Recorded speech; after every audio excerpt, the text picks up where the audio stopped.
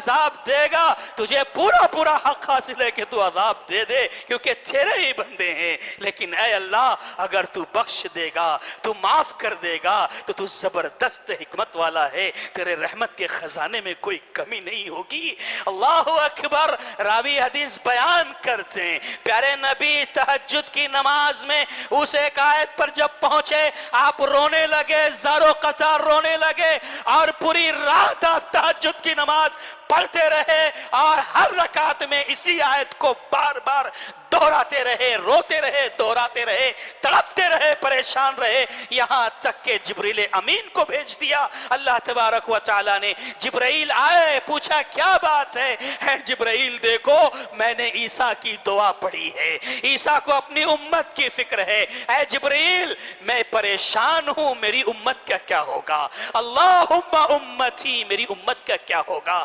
اللہ اکبر۔ جبرائیل واپس گئے اللہ تعالیٰ کے پاس، پھر آئے، اور ہم جانتے ہیں اللہ کو سب پتا ہے، لیکن ہمیں اور آپ کو یہ میسج دینا تھا، یہ پیغام دینا تھا کہ نبی ہمارے اور آپ کے لیے کتنا پریشان ہوئے ہیں، کس قدر روئے ہیں، کس قدر آنسو بہائے ہیں، ہمیں سمجھ میں آئے۔ جبریل آئے اور کہنے لگے اے اللہ کے نبی صلی اللہ علیہ وسلم، اللہ تبارک و تعالی نے مجھے یہ خوشخبری دے کر بھیجا ہے اور یہ بات بتائی ہے کہ کل قیامت کے دن آپ کی امت کے حق میں اللہ تبارک و تعالی ایسا فیصلہ کرنے والا ہے، ایسا فیصلہ کرنے والا ہے کہ اللہ آپ کو راضی کرے گا، اللہ آپ کو خوش کرے گا، اللہ آپ کو ناراض ہونے نہیں دے گا، اس طرح اللہ فیصلہ کرنے والا ہے۔ اور اس کی تھوڑی سی وضاحت اگر آپ دیکھنا چاہیں تو سورہ حج کی ابتدائی آیت پڑھیے، اس کی شرح میں تفسیر میں محدثین نے ایک حدیث یہ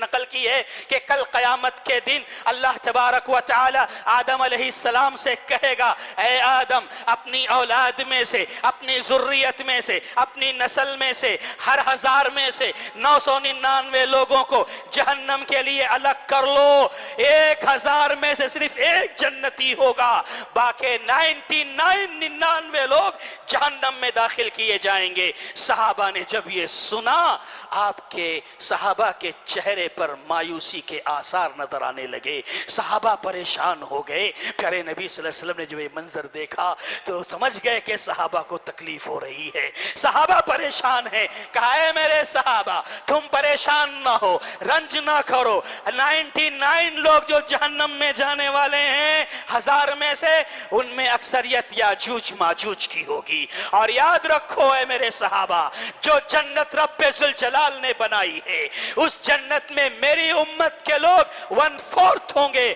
یعنی چوتھا حصہ ہوں گے۔ پھر کہا کہ نہیں 1/3 ہوں گے، پھر کہا کہ نہیں ہے میرے صحابہ مجھے رب کی ذات سے پوری امید ہے کہ جو اللہ نے جنت بنائی ہے اس جنت میں آدھی جنت میرے امتیوں سے بھری ہوگی،